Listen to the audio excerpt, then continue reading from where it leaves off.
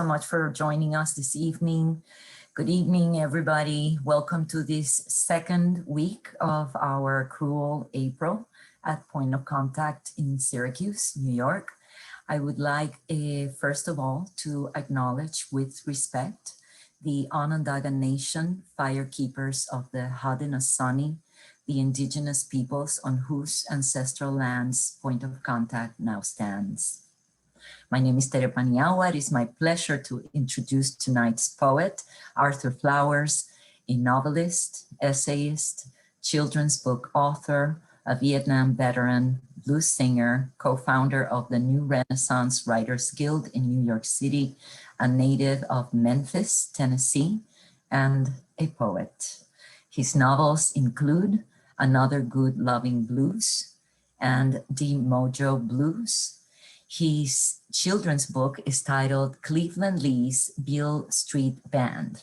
And he also has a memoir manifesto, Mojo Rising, Confessions of a 21st Century Conjure Man. Arthur Flowers is a blues-based performance poet, former executive director of the Harlem Writers Guild and the recipient of awards in fiction and nonfiction from the National Endowment for the Arts and the New York Foundation for the Arts. His more recently published work from 2019 is the Hoodoo Book of Flowers, the Great Black Book of Generations, from which he will perform a little bit tonight. And I would like to add that the forthcoming edition of Point of Contact's poetry collection, Corresponding Voices, Volume 14, features a part of this work, which for the first time is being translated to Spanish for this bilingual edition. Arthur Flowers was, until recently, a professor of the creative writing program at Syracuse University. And 14 years ago, the Daily Orange, our campus newspaper, published this about Arthur. The students in Arthur Flowers' literary blues class seem closer than most. They banter with each other as they walk into the classroom at Archibald Gymnasium, rehashing memories of previous classes with Flowers, a creative writing professor at Syracuse University. It's a comfortable atmosphere. One aspiring musician even brought his guitar. Soon, Flowers, burly with dreadlocks hanging from the back of his balding hairline, enters the room and comments on its format. All the desks face forward in straight rows and in prim and proper classroom. But this isn't Flowers' style. He prefers seminar rooms with large tables where all the students face each other. Flowers, a writer, teacher, and bluesman, has been writing and teaching for over 3 decades. Mind you, this was 14 years ago when this was published. It had already been a decade at Syracuse University, considers himself part of the African-American tradition of writers incorporating the blues and pieces of mystical belief system, hoodoo, into his work. Please join me in welcoming Mr. Arthur Flowers. Thank you. Oh, Cheryl, I see you, girl. It's really, I mean, I'm only looking at one screen. I'm afraid to try to start moving screens, but I see folk from all the phases of my life, including Cheryl Woodruff, who came to my rescue many times when she had her imprint at Ballantyne. I mean, came to my rescue, came through the saloon doors, both guns blazing. Hold on, Art, I'm coming to get you.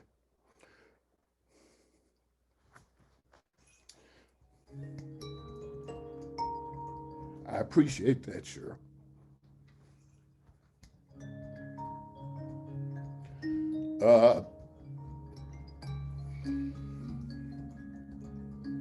Teresita asked me if I would be part of this. She said, poetry. And I'm like, poetry?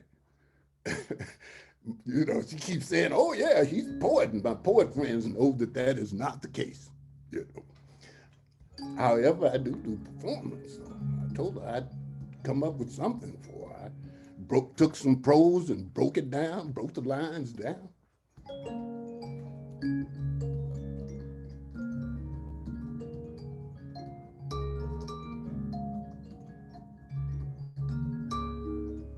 I'm a little nervous, partly because my instrument is at a different angle than a different height than what it usually is.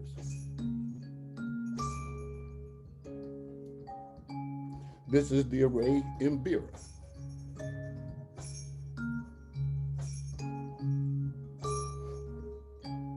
I don't know if Patrick and Bill are on here. They invented this, I guess, about 5, 6, 7 years ago.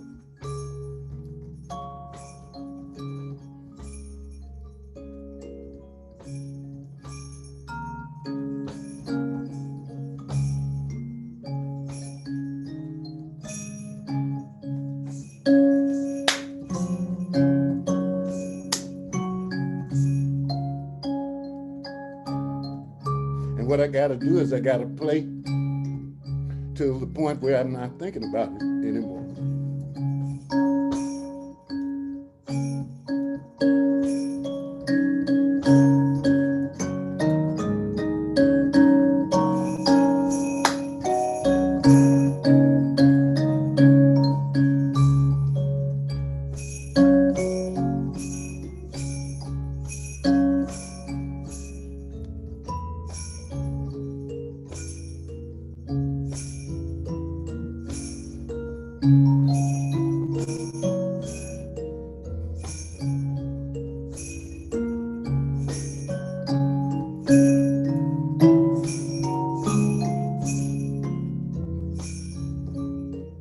I'm Ricky Doctor, Doctor.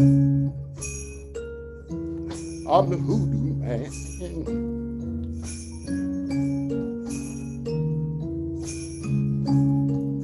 I'm the firstborn son of Delta hoodoo man.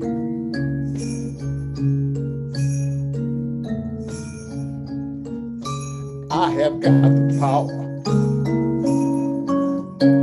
Get it while you can.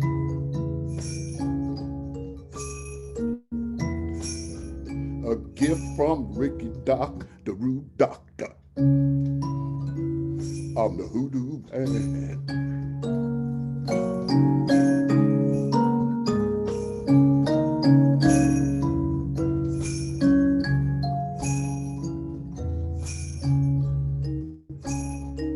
I am flowers of the Delta clan, flowers in the line of oak killers.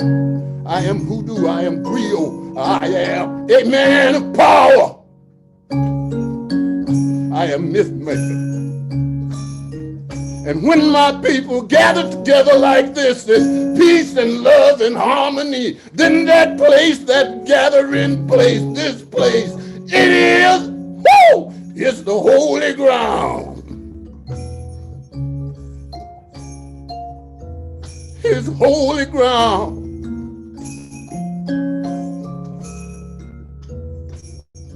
And I want to thank you for being with us this evening as we venture into the holy ground.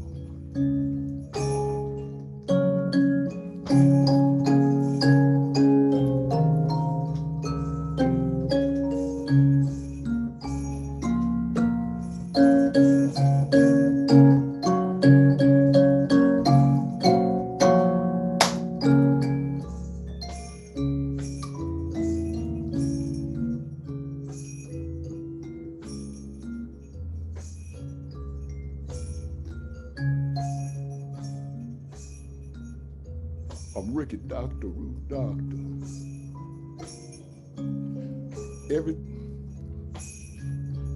I know everything that they used to know.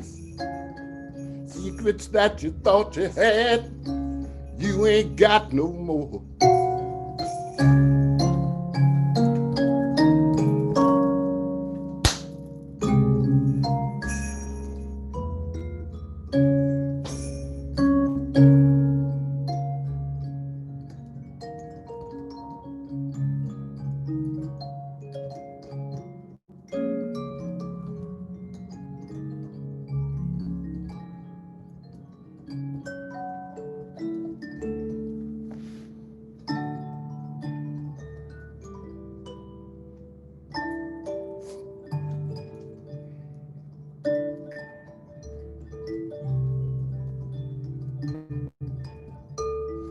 This is my flying song for reasons that will become clear. And when I do the music for this, I try to reach for the sky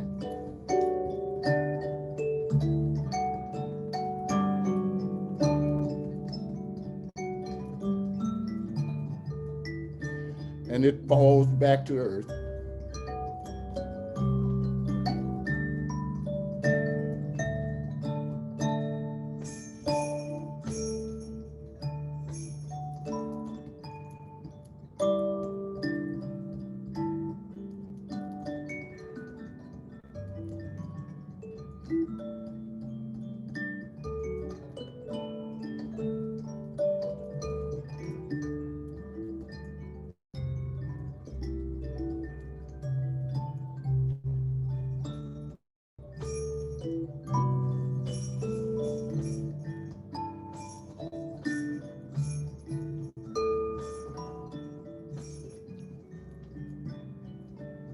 Brother Rabbit and Brother Beetle, they were headed to the big affair.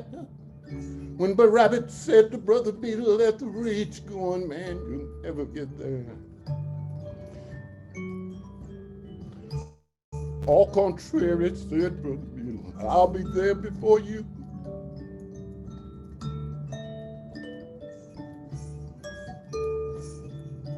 And Brother Rabbit, he commenced to mocking Brother Beetle. He said, my very slow friend, who's fooling who?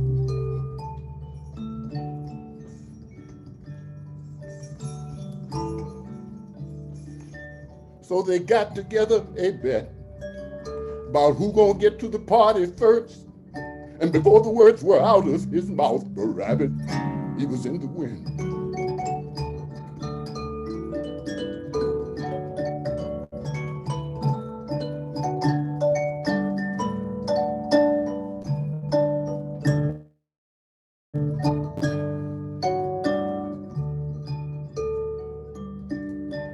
But when he got to the party, Brother Beetle was already there.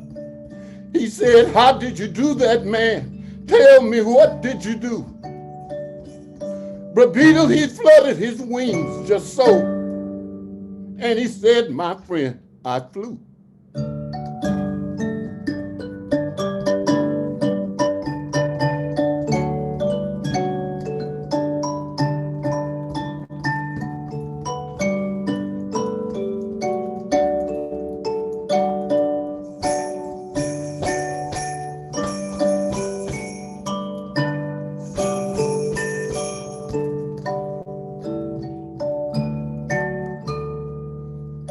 But Rabbit said, Brother Beetle, I didn't know that you could fly. Brother Beetle said, ain't your business, man, to know what all I can do.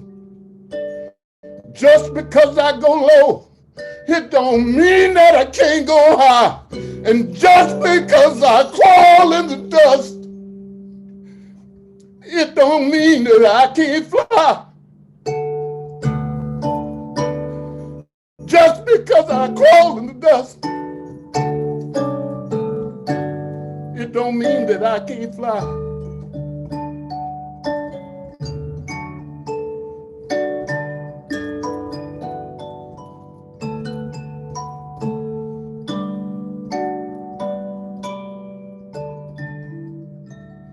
Now sometimes you feel like you're at the end of your rope. You just want to lay right down and die. But it's when you feel like you can't go on, that's when you spread your wings. Spread your wings. Spread your wings and fly. Spread your wings.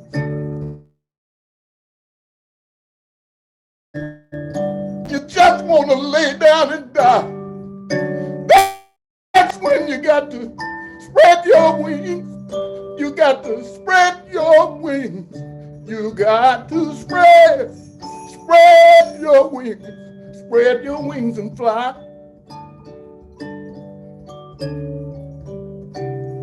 Spread your wings.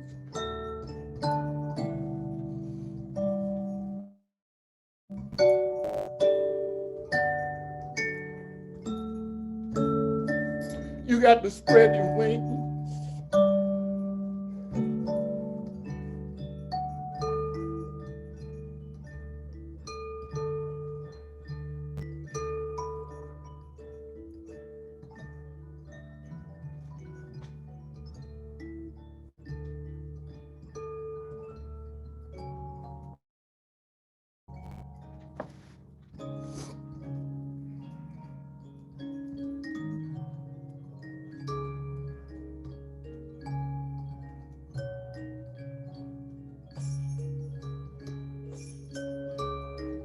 I never know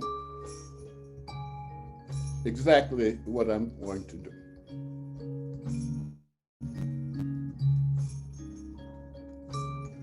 I have learned that if you walk in with a rigid idea, that there's no magic. So I don't know if you can. I look at he looks like sort of Jimi Hendrix meets Muddy Waters. Somebody is talking. Get out of my act. I'm not sharing the stage with anybody.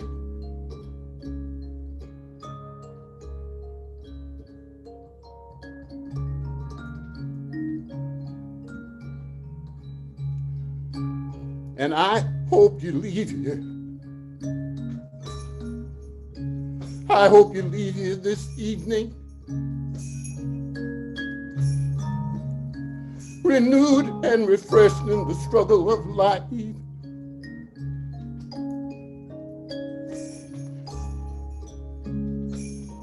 We're going to talk about trouble. These are troubled times. But it is the troubled times that are also times of great opportunity.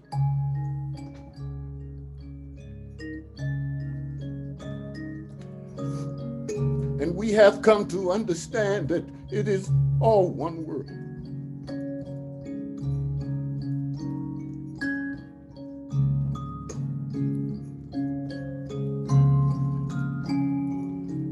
It's Ricky Doc's Traveling Medicine Show. Get your ticket right here at the door.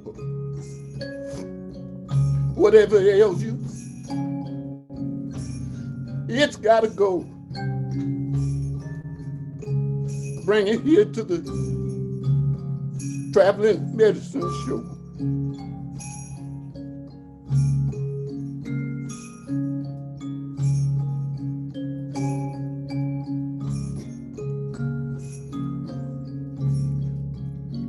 Come one, come all to the county line. Bring the sick and bring the deaf, bring the lame and the blind. If I can't cure you, I will ease your troubled mind. You never know what blessings you're gonna find at Ricky Doc's Traveling Medicine Show. Forget your troubles, forget your cares and woes. Check your troubles at the door. Whatever ails you, it's gotta go. We ain't letting nothing but good vibes in tonight at Ricky Doc's Traveling Medicine Show. And I hope you leave here renewed and refreshed in the struggle of life. May your days be full of passion, and may your lives be full of grace. May God's blessings be on us all.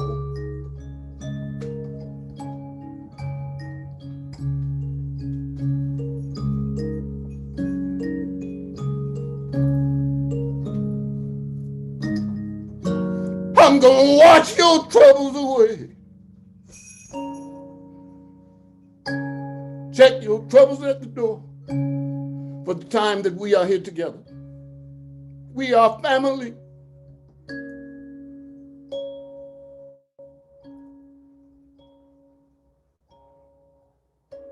You know God don't give no burden that you can't carry. Now into each life there must be trouble.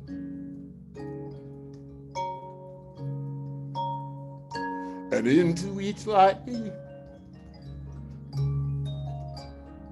there's gotta be rain. Otherwise don't nothing grow. But you know God don't give no burden that you can't carry.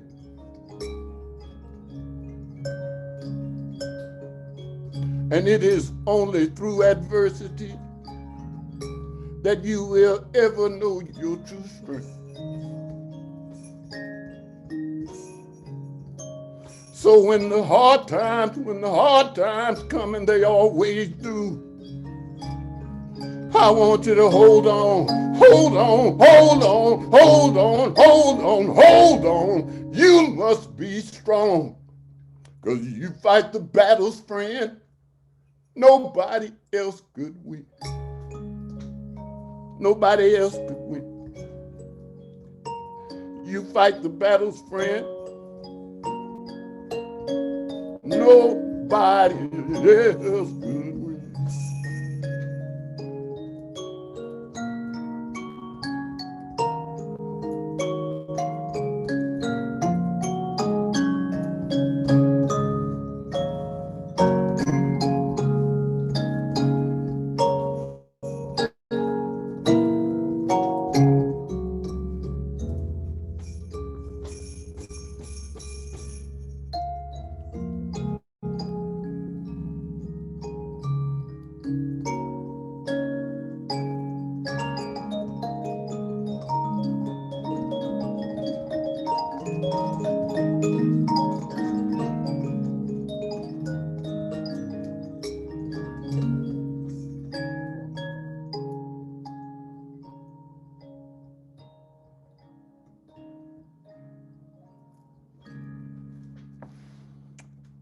What's my time factor? Okay, one more piece. Let's see.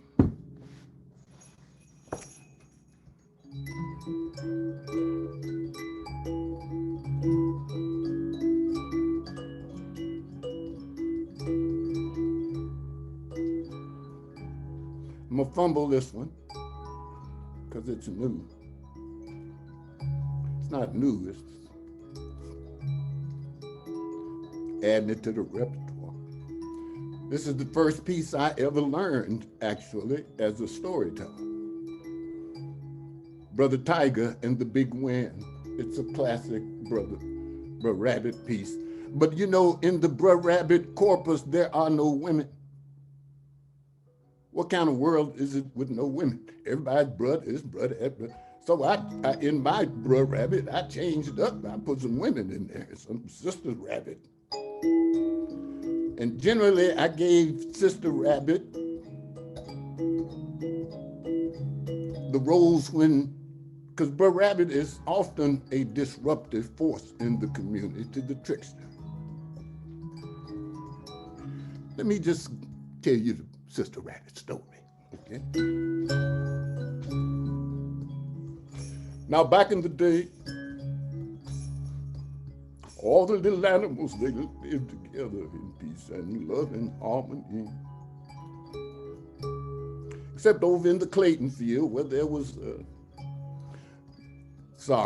back in the day, all the little animals lived together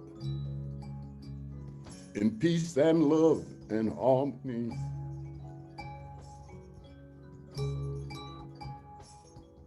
Until the day there came a big drought and there was no more food and drinking water. Except over in the Clayton field where there was food and drinking water aplenty. But the great orange monster, Brother Tiger, he would not share.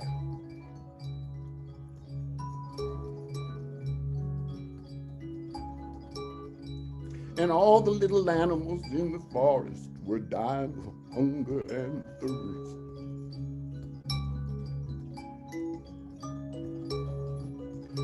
And then one day, Sister Rabbit said, this is not right. She said, oh, I have a plan.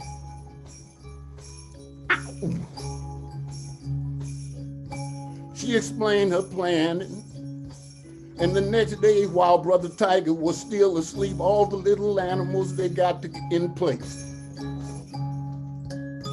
There comes Sister Rabbit with a rope over her shoulder, and she's saying, Lord, Lord, there's a big wind coming, gonna blow everybody, gonna blow everybody, gonna blow everybody off the face of the earth. Then such a racket like you never heard. Brother Bear, he's a beating on a old hollow log. Bigger bam, bam, boogie, bam, boom, bam. The buzzard and the eagle, they are flapping their wings, and the wind is a-blowing, and the trees are bent. The little bitty creatures, they're running around. They're shaking all the bushes, and they're shaking the ground, and it sounds like a big wind coming. Gonna blow everybody off the face of the earth.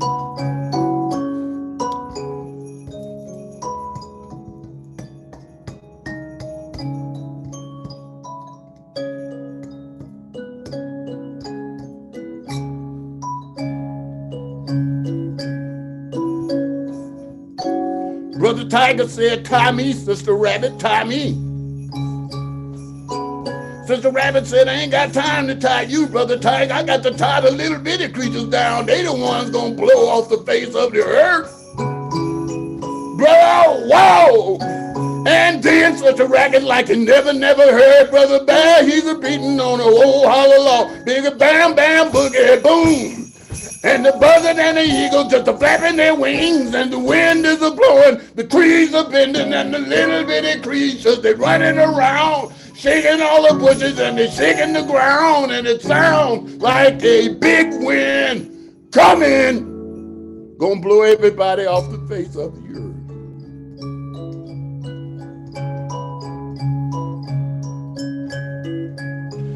earth. Brother Tiger said, tie me, Sister Rabbit, tie me first. Else I'm gonna take a big bite. Sister Rabbit said, well, if you put it like that, Brother Tiger, she ties, she ties, she ties, she ties, she ties, and she ties. She said, what about that, Brother Tiger? Brother Tiger said, I got a little movement in my shoulders, Sister Rabbit. Perhaps you should tie me a little tighter. So she ties, she ties, she ties, she ties. And she said, how about that, Brother Tiger? Brother Tiger said, I'm tied up tight. Sister Rabbit said, that's the way we want it, Brother Tiger.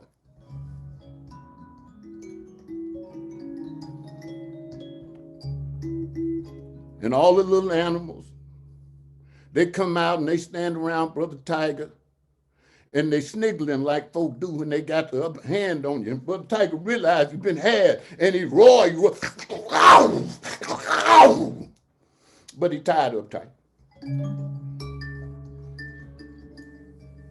And all the little animals, they get a little bucket line, and they're getting buckets of pure, cool drinking water. And they're getting baskets of seeds enough to feed all the little animals in the forest.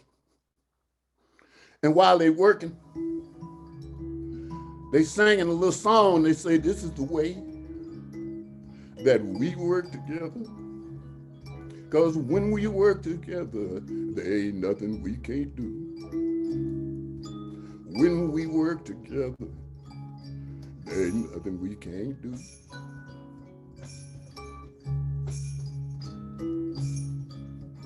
And before you know it, they singing them old marching cadences, talking about wade in the water. Wade in the water. God's gonna trouble the water. I shall not be moved. Like a tree that's standing by the water, I shall not be moved. Now, I would like to live a long life. Longevity has its place. But I ain't worried about that now because I just want to do God's will. And God's allowed me to go to the mountaintop. And I've looked over and I've seen the promised land. And I may not get there with you, but I want you to know that we as a people, we gonna get to the promised land.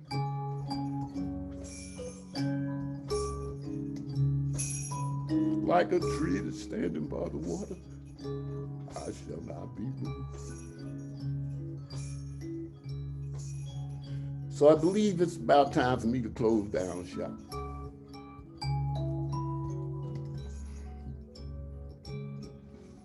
And I would like to say,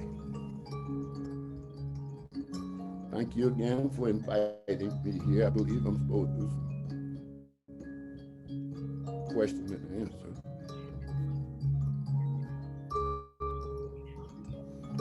But I would like to say, I hope you leave here this evening renewed and refreshed in the struggle of life.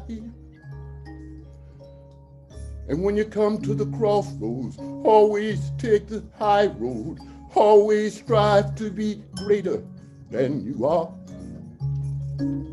May your days be full of passion. May your lives be full of grace. And may your work serve many generations. May God's blessings be. May God's blessings be. Blessings be. May God's blessings be on us all.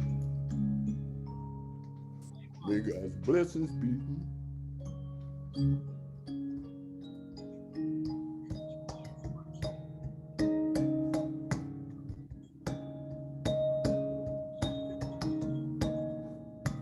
May God's blessings be.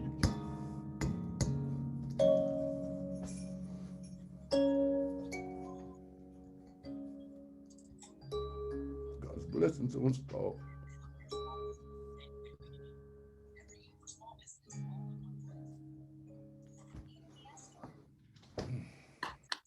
Thank you. Woo! Woo, woo. Okay, so now am I supposed to answer questions? Yeah, so if anyone has a question, we just ask. Say that. There's so many people here.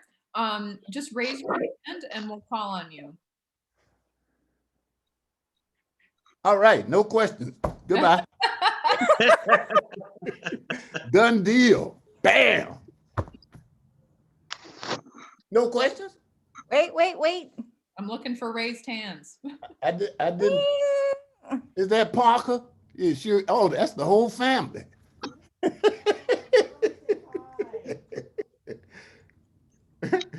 I'm working on my questions. Might be easy to type questions in the chat. Then I can ignore the ones I don't want to answer. All right, so the first raised hand I see is Marisol. I'm glad that you saw my hand first. There's so many people here and I feel blessed. Thank you, Arthur. Thank you, Arthur, for that amazing concert poetry. I have a question about your instrument. Did you make that instrument and how long have you played and it? I would, maybe the two guys who made it are here, but I'm afraid to start trying to move panels around. But it was these two guys out in California, Patrick Hadley and Bill Wesley, who invented it, and it's called the Array Imbira, and it's a play on the, on the kalimba, I used to play thumb piano, but then one year I started getting arthritis in my thumb. And I was like, well, man, I can't play thumb piano anymore. So you know how it is. You try to, like, if you get knocked down, you try to come out stronger. So I say, okay, let me go get that array and bureau that I've been trying to convince myself to get for many years. But you know, it's like it's kind of late for you to be trying to learn a new instrument, Arthur. Uh, but then, because when it first came out, I was like, ooh, I need to get one of those. But I didn't. I was like, oh man, it'll be years before I'm any good with it. I'm almost, you know, somebody almost 70 doesn't need to start trying to learn a new instrument. Oh, no. Satchel Paige said it's, age is just a number. Right, it's a big number. Doesn't matter. And so, but then I decided, you know, whatever time I got left, I want to make music. So I went on and got it, and I've been making music. I'm not really that good with it, but it's just so few of them that nobody realizes that I'm not that good. Oh, it's a beautiful instrument. We had the pleasure of having you in our home and playing it, and it was just like, wow, this is something I played it I've then. never seen before, and it sounded great. But where do you find your inspiration? How do you come about for all of this?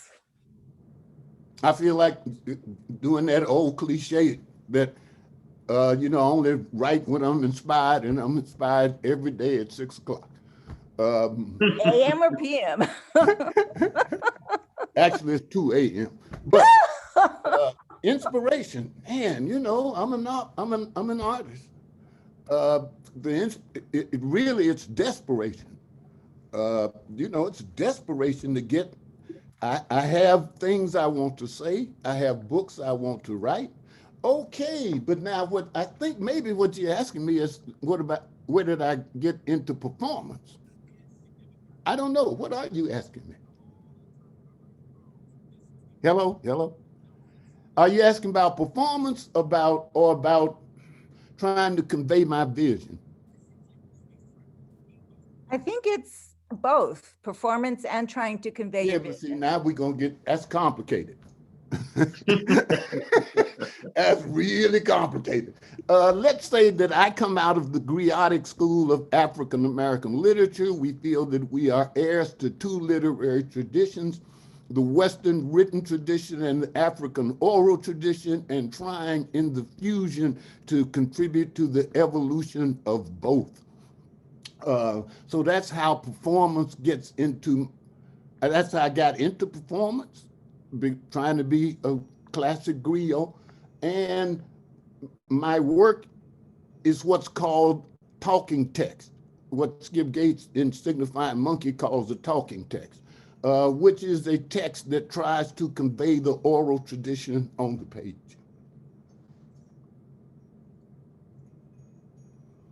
All right, I see. And I see that Parker was here. I don't know if he's still here, but Parker, my first class I taught at Syracuse, Parker was in it. And I was teaching experimental fiction because I thought I was experimental. I found out I was not. Getting the syllabus together, most of the experimental fiction bored me. I'm a stylist. But anyway, so this young Florida slacker raised up his hand in the class and said, "Does that include hypertext?" I was like, "What's hypertext?" And so, you know, he explained, "Oh, writing for the internet, that's where I got that whole thing about 21st century literary folk. They got to be you got to be able to work digital and print." And so I learned a lot. You know, the thing about teaching at Syracuse that I loved was that my students were so strong that I was constantly learning from them, and also learning because in order to convince them that I knew more than they did, I had to constantly kind of like study. So, you know, it's been a great growth experience. Good looking out, Pop.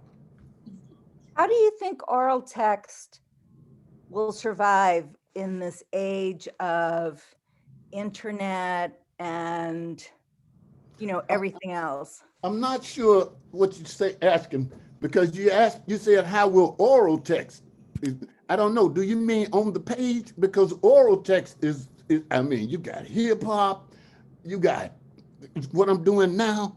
I'm thinking spoken text from people just talking about I don't things and think, passing that down. I'm very much into keeping up with the technological advances of being a writer. When print came in and books were printed instead of scribes, it changed the nature of information. The internet has changed the nature of information. Dr. Rowe had a piece a little while back where he talked about how is literature going to retain its primacy in a media world. And he talks about how, it devalues exposition, it devalues transition, it does, and what a lot of the things that Parker and I were exploring with hypertext, nonlinear, fragmentation,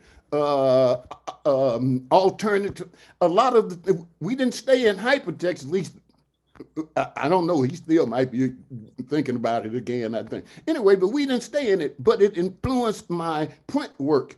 And it's because I believe that my students process information differently than I did. I grew up on the book, and I process information through words on the page. They process information through media.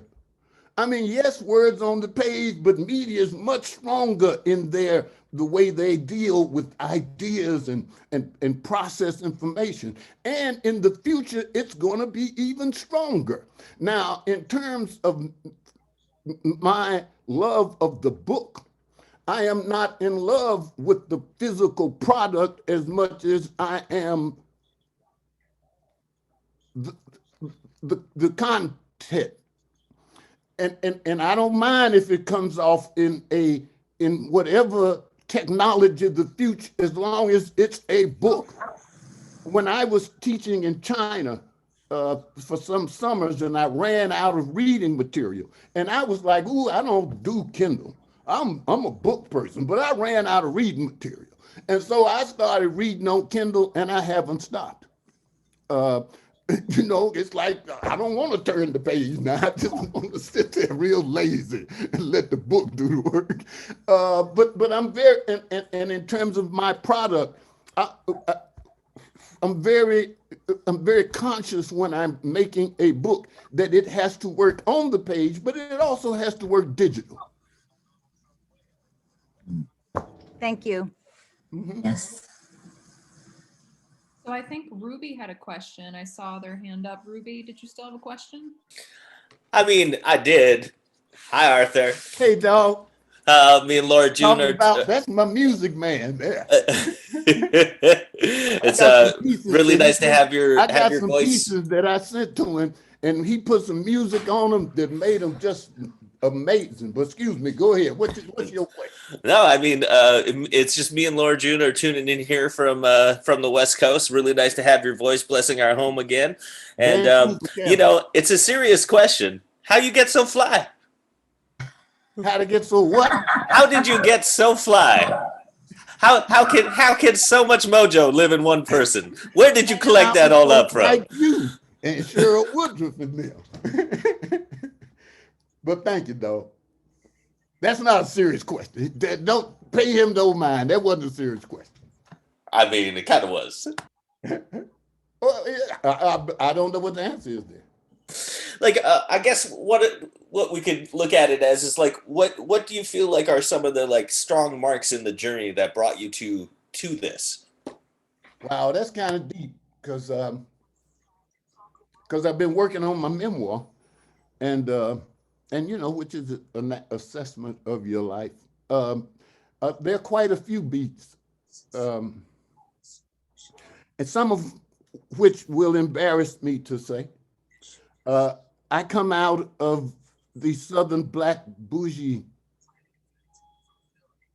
My father was a prominent doctor in Memphis. And I come out of the pre integration era. When I was growing up in Memphis, everybody was Black. And as part of the committed bougie,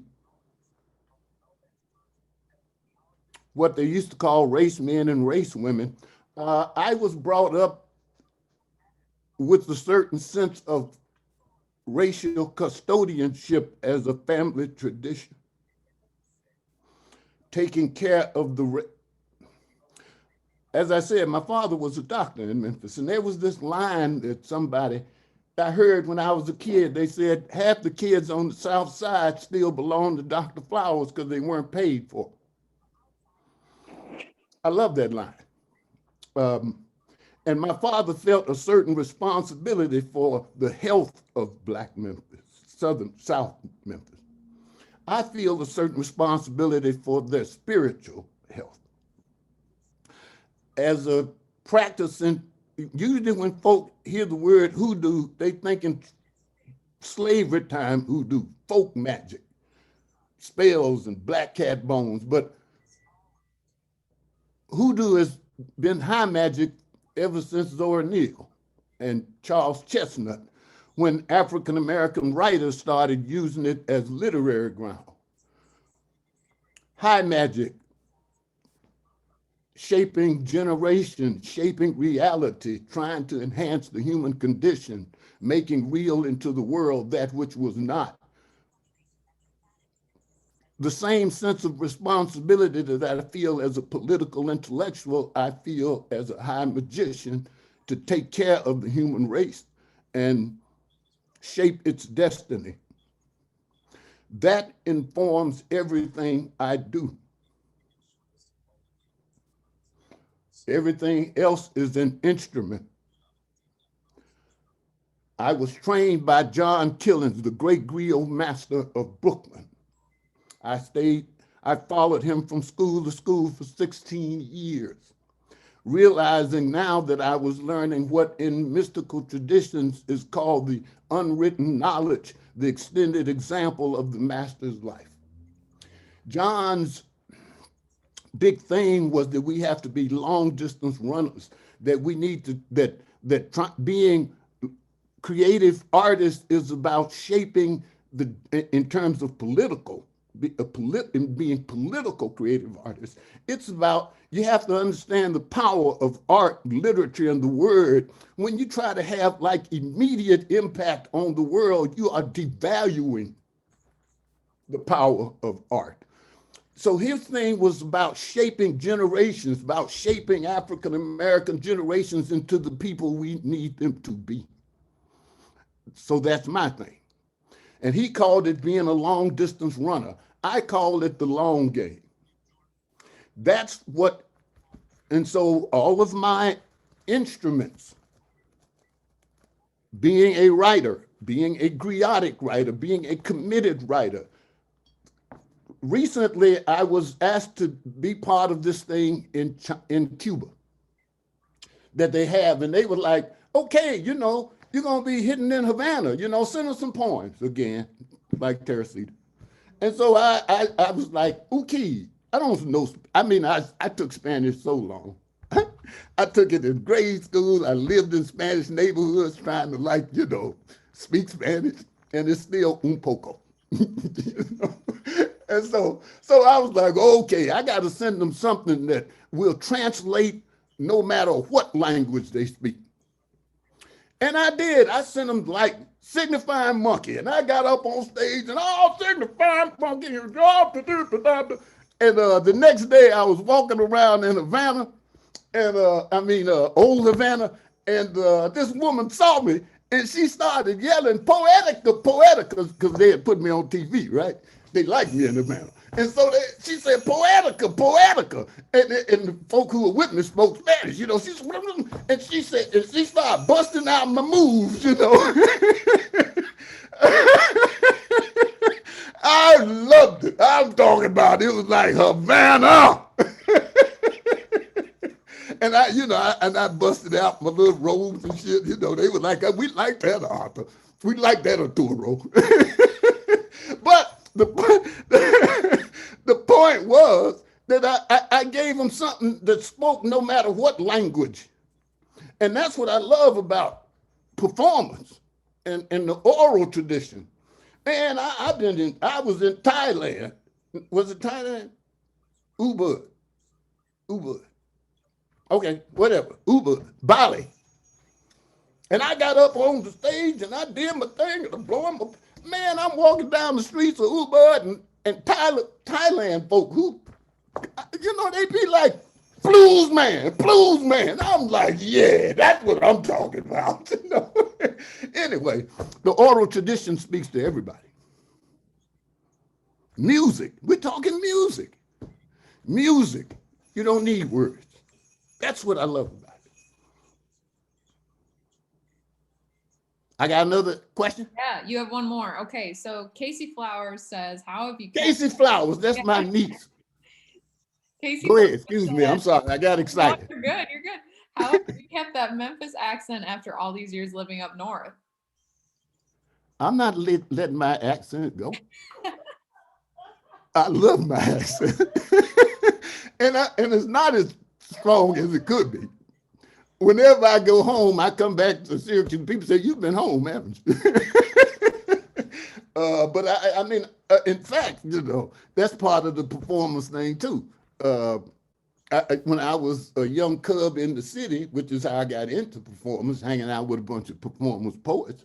And they, you know, and the folk from Haiti be like, oh, you know, the folk from Jamaica be like, oh, Ross. You know, I was like, okay, I need a stick. You know? So I started using my Delta thing. I started leaning on the blues. You know, I started leaning on hoodoo and leaning on being I was once doing an interview with, what's his name? He was a late night radio show host, and he's Bob Law. And he said, how does it feel being part of the mythopoetic tradition of the Delta? I thought about it. And Brooks, you know what I said, right? I said, it feels very good. And ever since then, I've been trying to represent. I mean, I was representing all along, but I've been consciously, you know, representing the Delta. And I was speaking to Margaret Porter because she has this Gloucester project, you know, down in Mississippi, right? I was like, oh yeah, Margaret, I'm gonna send you some money because you know the Delta. And she was like, well, it's not really the Delta, you know, it's like over in New York. It's not. I was like, look, we're not gonna, it's in Mississippi, it's the Delta. Shit, as far as I'm concerned. And I was like, you know, if we're gonna be rigid about it, Memphis ain't in the Delta. You know, so, you know, back it up. Is that it? Do I have one more question, or am I see a hand? I can see it. Rashida. Yeah, it was raising. Oh, girl, how you doing? Hey, how are you? I'm good. How about you? I've been intending to get in touch with you. Yeah, right. Dr. Flowers. Oh, that was a very fine performance, shall we say. Thank you. We go back many years. We go back forever. Decades. We go back decades. I'm so glad that you mentioned John. That's where we met. We met in John Killens' workshop many decades ago. I've been working on my memoir, Rashida. I got in there when all of us did that Black Writers thing down at your my law. Yeah. Oh, that's wonderful. You have that in there? Oh yeah. You know, that has not been talked about. Yeah, we tried to do a Black Writers Union, all the committed African-American writers, man, and Ishmael, Amiri, Sonia. Yeah. There were hundreds of us. And we would meet in Rashida's loft down in downtown Manhattan. We took care of a lot of business back. Yes, Calabash Poets. Yeah. But I just wanted to commend you for continuing, and I too am a part of the book. I believe very strongly in in the book, in the writing, in the script. And I think that younger people, younger writers, they should not abandon the script. They shouldn't abandon, but rather take it in so that they would have more to add, more to draw from than just to say, okay, that was in the day. But this is a day too. So at what point do you say, that was a day, but now what is this? This is a night. Oh, it's still part of time. And you take all of that, and the more you collect, the greater the reservoir you have to draw from, you know? I'm really happy to see you and to hear you going strong. And I'm very interested in your memoir, and you know, and for you to write it, you know. Me too. Are you still in the same house? Yes. What, I thought it looked rather Still in familiar. the queues. Looked like the room that I stayed in when I came up there. Yes, that was the little room back there. That's right. That's right. Well, good for you. Good Thank for you. Send me an email sometimes. I will. I'll call. Okay. Thank you very much. It's Ramadan, and I'm going to get off now so I can prepare to break my fast. Sure. Okay, well, anybody else?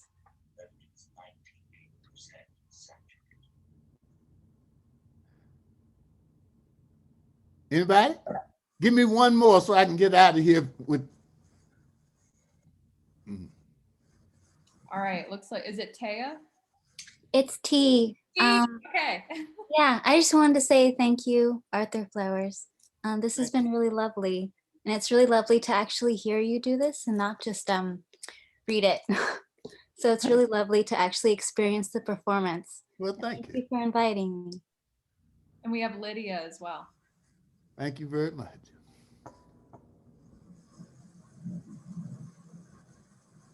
Oh, I was on mute. My bad. How y'all doing? Arthur, my question. How you doing, Lydia? You muted yourself. Oh, Lydia, you muted yourself. Lydia. You're on mute. She's not aware. I know. Lydia. Oh, there you go. I think I'd accidentally pressed the button. Can y'all hear me now? Yeah, we can hear you. Sorry about that. Okay. Start your question over because we didn't hear it at all. She's muted. Nah, she's, hello. Oh, she may have disconnected. She may have lost connection. It looks like she was mobile. Yep. The internet doesn't want me to ask my question. Okay. Can y'all hear me now? Yeah, yes, we hear you. Okay. Sorry, I'm in the park with my child and the connection is bad. My question is, Arthur, how do you balance I've seen in your bio, you write about like being a writer at this moment, you have to have a digital presence. But how do you balance that sort of the immediate demands of a digital presence with the long-term demands of a commitment to like working the words over time? I'm always committed to the long term over the immediate, but for instance, on my blog, when I write on my blog, man, I just sit down and just write whatever is in my mind. Same thing with Facebook or Twitter, just whatever is in my mind. I don't do a lot of editing because I don't have time. I'm not going to put a lot of time into immediate and social media. I do more on my blog than I do Facebook because I'm not looking for likes. I'm basically talking to future generations. I don't put fiction online because I want to get paid for fiction, and I want my fiction in books. But nonfiction, I want to be part of the dialogue, so that means nonfiction goes online. And I mean, I still work toward book, but for fact, this memoir, I had 20 years of blogging, so I had a lot of material there. And when I put block, and I was able to see what stood the test of time. Um, so in order to be part of the dialogue, when anything I put online, I'm giving it away. I know I'm giving it away. And anybody can steal it. I don't care. I want to be part of the dialogue. So nonfiction, as long as I'm not putting a lot of work on it, editing, I'm just giving it away. Looks like we got a couple more questions in the chat. Pan M asked, what are your performance practices like? What? What are your performance practices like? Practices? Yes. I think of all my performances as hoodoo ritual.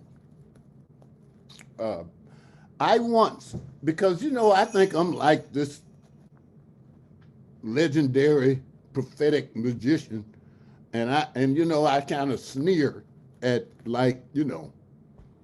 kumbaya folk, right?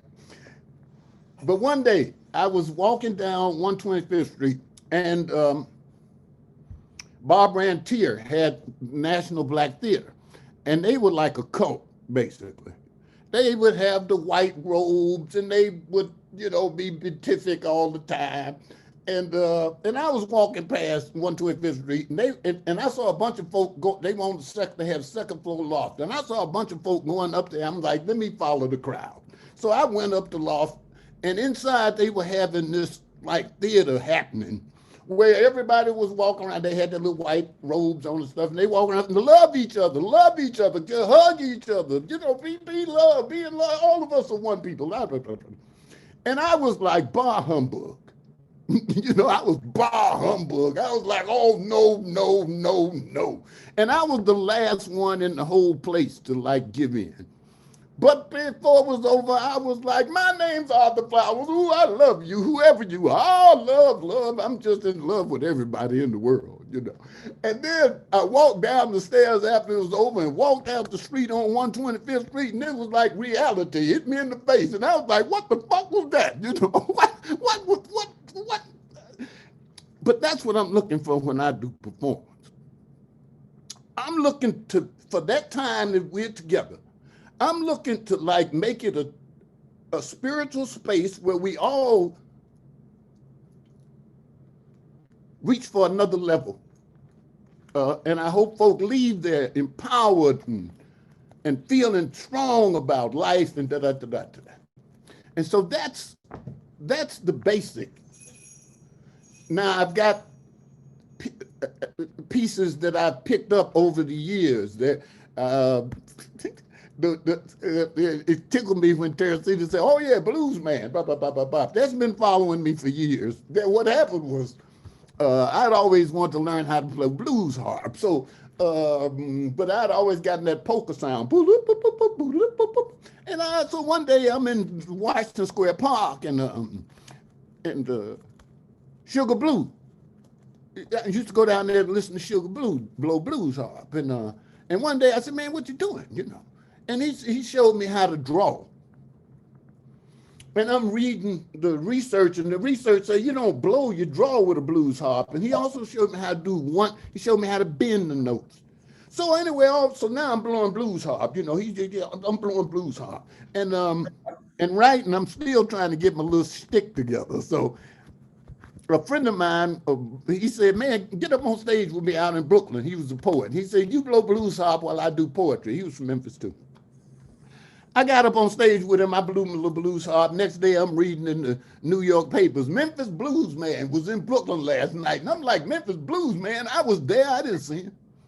And, but, they, as far as New York papers were concerned, if you got on stage and blew the blues harp, you were a Memphis Blues Man. And I must admit, I did not try hard to convince them that I was not. After a while, I started believing my own press. I went back to Memphis. I got up on stage. They said, man, take that back to New York. But that's how I got into music as part of and then when I'm in Memphis hitting, I often hit with Ekpe Abioto, who's a drummer. djembe. And he would also play the kalimba.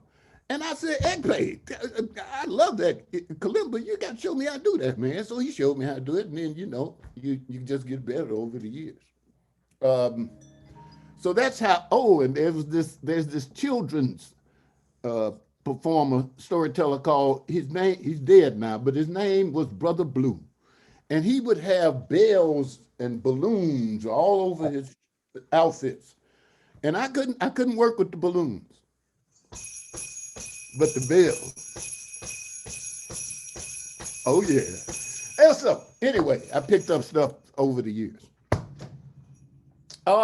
And my fetishes. These are just fetishes that I picked up over the years.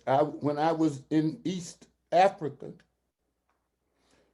and they said it was, you know, I had a great time in where was I, Parker? Kenya. And they called me Maganga Mawa. They said, which was the woman who told me, yeah, you Maganga Mawa. And she said, which Dr. Flowers? And somebody else said, no, Medicine Man Flowers. Don't use witch doctor. So okay, so Medicine Man Flowers, you know. And it was tickling me. She said, you know, you don't move like an East African, you move like a West African. And I said, well, that makes sense to me. But anyway, this is a Sudanese warrior pendant. And somebody gave it to me. They said, here, this warrior pendant, this for you. From the Sudan. I'm like, hell yeah. Excuse me, heck yeah. So anyway, everything means something to me. And folks, they basically keep me from being nervous more than anything else. Okay, let's see. Jay Sean Callahan asks, How you doing, brother? What don't you Good seeing you. Actually seeing you for real. What don't you know? Jay Sean is one of my hoodoo colleagues. How y'all doing? Do you want to ask your question? You can This is a hoodoo question. Yeah. I don't know if it's a hoodoo question, but it's a question I would like to know an answer. What don't you know, and how will you learn it? Of course, I'm gonna just give the basics. That's everything. I don't know. You know, the more you know, the more you realize that you don't know. It's kind of interesting because I retired recently, and I figured I'd be chilling, you know. But I recently bought $2,000 worth of telescope. I'm like, have you lost your mind, Arthur? Oh, merciful Jesus. I bought a real telescope. You know, I mean, God, you know, because I called myself going to do this almanac then. First, I was just going to come up with 365 little life advice. I said, this is going to be an easy kill. Then I said, well, now I should really know what the stars are saying. And so I said, let me get it. And I want to be a cosmic thinker. So, you know, astrology and astronomy are big things that I want to know. And so not only am I studying astronomy and astrology, which I also, but by God, I went out so I downloaded the software, Skywatch or something. It said it's supposed to be hooked up to a telescope. I said hooked up to a telescope, and I started researching telescopes, and damn if I didn't go out and buy a really, really good telescope. And I can't wait to get out there and watch some nebulae and shit. And so, and then I'm thinking, you know, this is really going to be disappointing because I'm expecting to see like the crab, you know, I'm expecting to see galaxies and stuff. I'm expecting Hubble. And I know what I'm going to get are little pinpoints in the sky.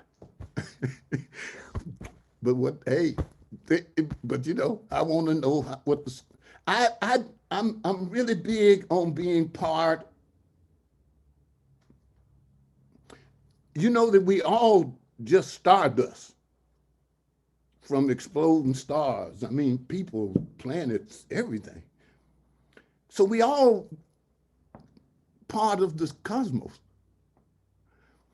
and astrology. I mean, I'm into astronomy and astrology. And astrology tries to figure out how I, as an individual, am part of the dance of the stars. And it's got to be not logical and scientific, but there are beats of it that seem to work. So I'm gonna study it, and I'm gonna get up. I'm gonna put that telescope up, and I'm gonna look at the little pinpoints in the sky, and I'm gonna try to just figure out cosmology. It has defied me in the past, but I'm retired now. We'll see. I'm going to answer one more question, then I'm going to bail. That sounds good. All right, we got time for one more. Hey, Phil. Anybody? One more? I see somebody over here. That's Bob. Bob and Deb. That's not Deb. That's Bob. I know, but that's Bob. Deb is there too. I'm here. I know. I saw y'all earlier. We love you. It's so great to see you. I love you too. Yeah. So why don't you just say a couple words about your holy book? I was gonna bring it up here and show everybody. I was thinking you might. Yeah, but I decided to be cool. Well, just say a few words. Thank you. The Hoodoo Book of Flowers is my attempt to write an African American holy book. Hey, James. I tried to write an African American holy book. With my whole thing about shaping generations, right? And trying to shape generations through art. But once again, okay, so the whole thing is, how can I have the most influence on the future with my limited lifespan and limited power? And I decided, not only am I into sacred literature, but I decided that a holy book would shape many generations. I look at the Bible, I look at the Quran, I look at the I Ching, the Mahabharata, however you pronounce it, holy books. Wow, if you're talking about shaping generations, you write a good holy book. And I believe, okay, wow, I'm about to get in trouble now. Oh, go ahead. Which you did. I look at the condition of Black people. Okay, let me go back another step. I haven't a problem. Do I speak for Black people or do I speak for all humanity? Like I said, I have a family tradition of racial custodianship. I was raised and trained to be a voice for Black people. But as I evolve as a spiritual entity, I know that I have to speak for all humanity. It is much stronger to speak for all humanity as a spiritual voice. And in terms of universalizing the hoodoo way, it's whenever you're trying to make your tribal tradition universal, you are basically trying to, universalize your tribal tradition, which is what I'm trying to do. So I decided that the way I can serve both my families, because it's not that it's like, oh, we're just serving both, but Black people need help. I can't just leave them where they are.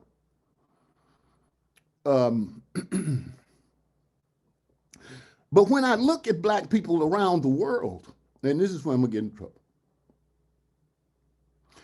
they're on the bottom of every society they are part of, apparently, everywhere.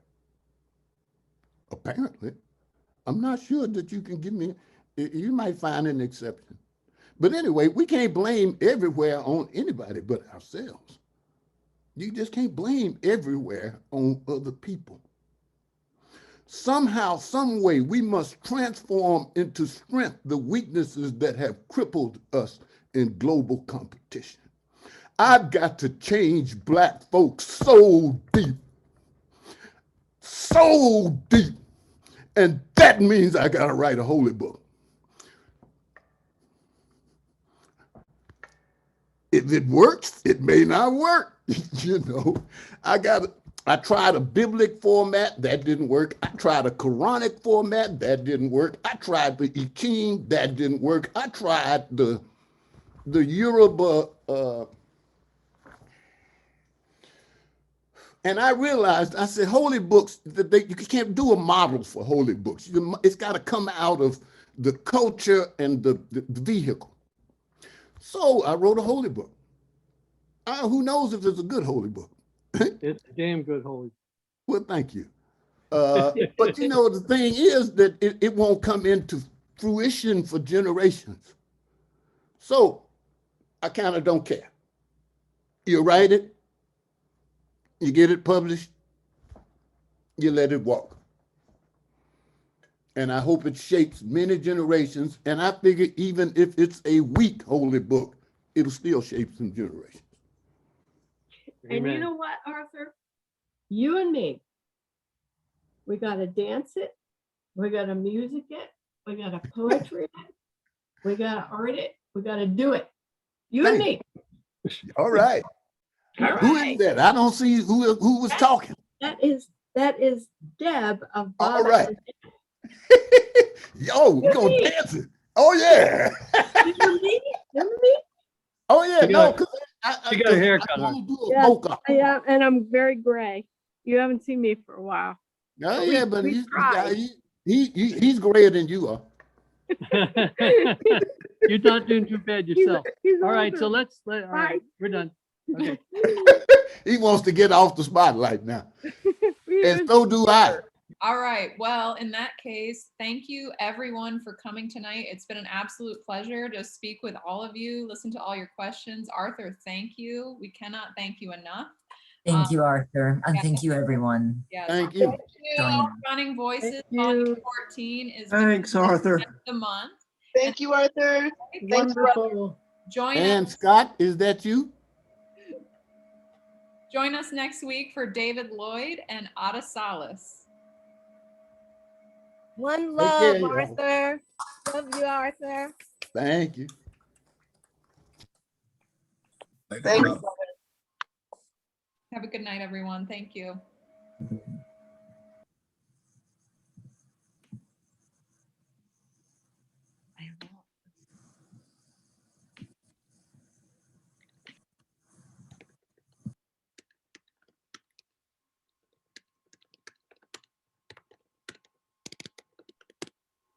Hi, Sarah. Hi. That was awesome. Was it good? I'm glad. All right. All right. Bye, everyone. I'm ending the meeting now.